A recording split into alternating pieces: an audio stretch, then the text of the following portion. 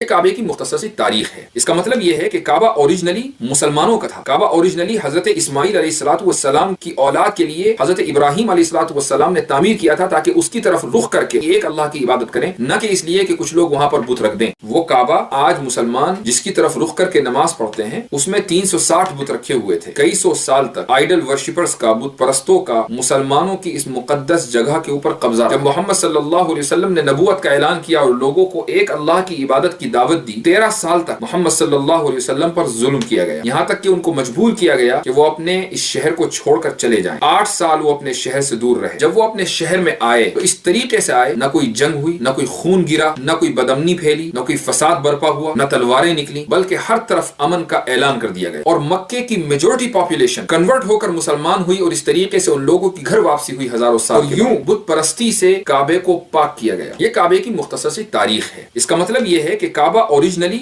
मुसलमानों का था। काबा ओरिजिनली हजरत इस्माइल अलैहिस्सलाम की औलाद के लिए हजरत इब्राहिम अलैहिस्सलाम ने तामीर किया था, ताकि उसकी तरफ रुख करके एक अल्लाह की इबादत करें, न कि इसलिए कि कुछ लोग वहां पर बुत रख दें।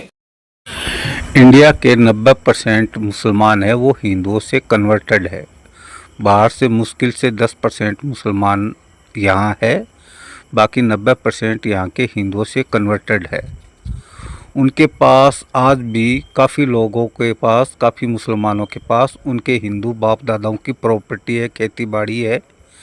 और आज कोई हिंदू तंजीम, संस्था और संगठन इन मुसलमानों के पास से उनकी खेती बाड़ी और प्रॉपर्टी को ये कह के छुड़ा ले कि ये प्रॉपर्टी हिंदुओं की थी और मुसलमानों ने इस पे कब्ज़ा कर लिया। सेम यही कहानी काबा की है कि मुशरिकों से ये कहकर छीन लेना कि ये प्रॉपर्टी मुसलमानों की थी, क्योंकि मुसलमान ही वहाँ कन्वर्टेड हुए थे मुशरिकों में। तो उनसे ये प्रॉपर्टी खाली कराना ये कहकर कि मुशरिकों ने काबा पे कब्ज़ा कर लिया जो कि हिंदुओं का था। तो ये यहाँ भी मुसलमानों की प्रॉपर्टी छीन लेना कोई बुरी बात नहीं है, क्योंकि मुसलमानों ने हिंदुओं की प्रॉपर्टी पे कब्ज़ा किया है। एक दिन मैं तबलीग पर जाऊं और मुसलमानों के यहाँ जाकर कहूं कि एक डॉन नाम का खुदा है जिसने इस पूरी कायनात को बनाया है और कायनात को चलाता है। मैं उसका पैगंबर हूँ या अवतार हूँ, गैंगस्टर, और उसका जो रिलीजन है, उसका जो दीन है वो माफिया है।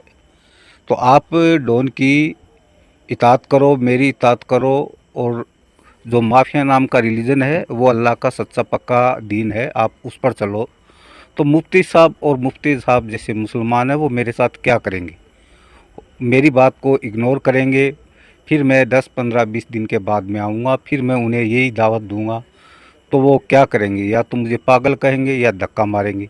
फिर मैं महीने 15, 20 दिन के बाद फिर यही दावत लेके जाऊँगा कि डॉन नाम का खुदा है, मैं उसका पैगंबर हूँ, गैंगस्टर, और उसका जो रिलीजन है मैं उसकी तबलीग कर रहा हूँ, जिसे माफिया कहते हैं। आप भी माफिया को कबूल करो और उसे फॉलो करो, मेरी इताअत करो और डॉन की इताअत करो। तो आप मेरे साथ क्या करेंगे? हो सकता है मुझे धक्का मारेंगे, मुझे थप्पड़ मारेंगे, पागल कहेंगे। मेरे जो दावत से आपको मेंटली टॉर्चर होगा, उसके चलते आप मेरे साथ कुछ ऐसी एक्टिविटी करेंगे जो मुझे पसंद नहीं आएगी।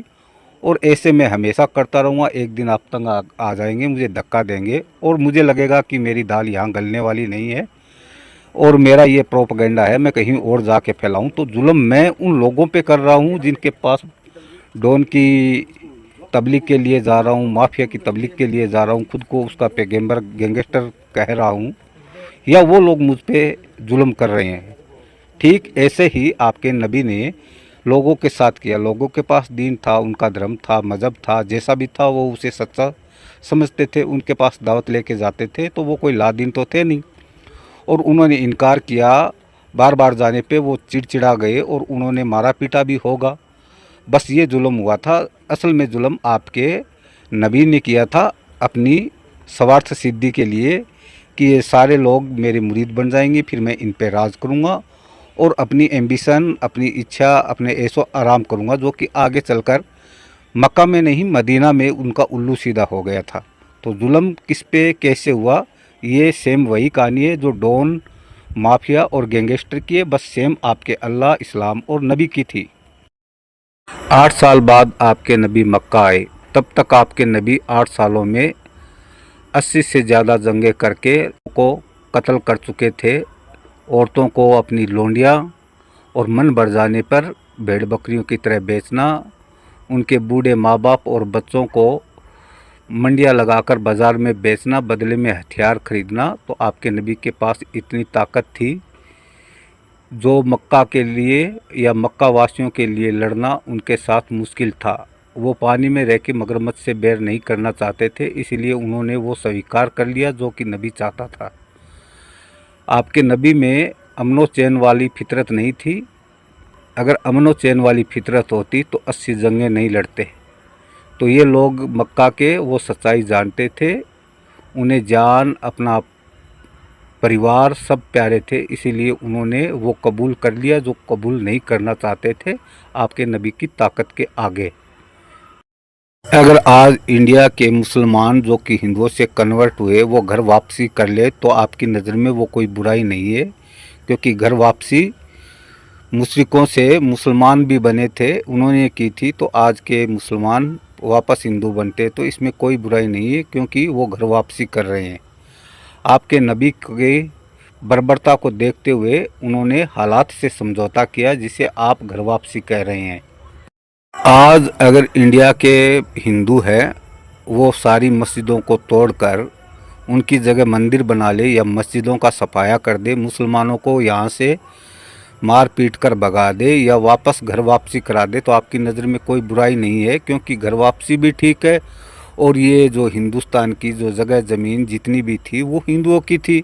तो इन पे आज जो मस्जिदें, ईदगाह, जो कब्रिस्तान बने हैं वो सारे हिंदुओं की प्रॉपर्टी पे बने हैं, तो वो खाली करा सकते हैं आपके लॉजिक के हिसाब से। जैसे आपने मक्का वासियों के साथ किया, उस हिसाब से इंडिया के हिंदू भी मुसलमानों से उनकी प्रॉपर्टी वापस ले सकते हैं, छीन सकते हैं, क्योंकि ये मुसलमानों का उन पे कब्ज़ा किया हुआ है। तो आज जो मस्जिदें तोड़ी जा रही है उसमें कोई बुराई नहीं है, वो सब ठीक है।